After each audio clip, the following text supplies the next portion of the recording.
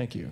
Well, I mentioned Lou Waters earlier when I was talking about Wally Rose, and Waters really needs to get a lot more credit in the world of ragtime than I think he has gotten because, I mean, not only because he sort of insisted, I think, that ragtime be part of his band's repertoire, and he always included ragtime piano solos in when the band would play at various dance clubs around the San Francisco Bay Area, and on virtually every recording session, he had Wally Rose play at least one piano solo, usually accompanied by his rhythm section.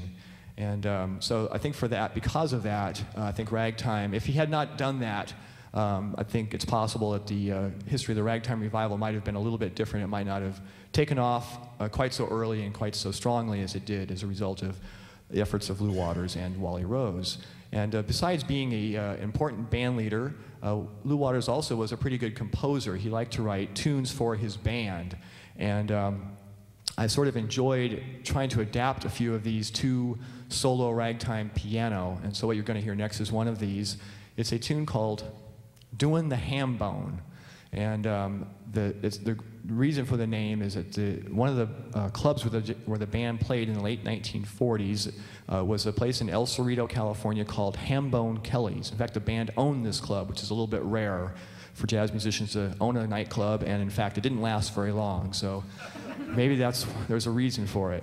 Anyway, dancers, when they first started there anyway, it was very popular with dancers. They had a big dance floor, and they loved to come and dance to the Yerba Buena Jazz Band. And so Waters wrote this with a series of breaks. And when I say break, that means a period of silence. The band is not playing anything.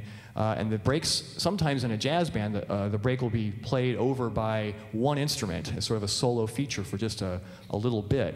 But in this tune, there are complete silence, and that silence is supposed to be filled by the feet of the dancers stomping on the dance floor.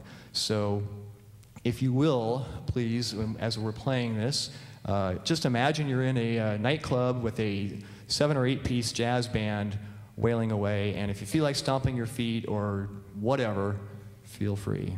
Doin the Hambone.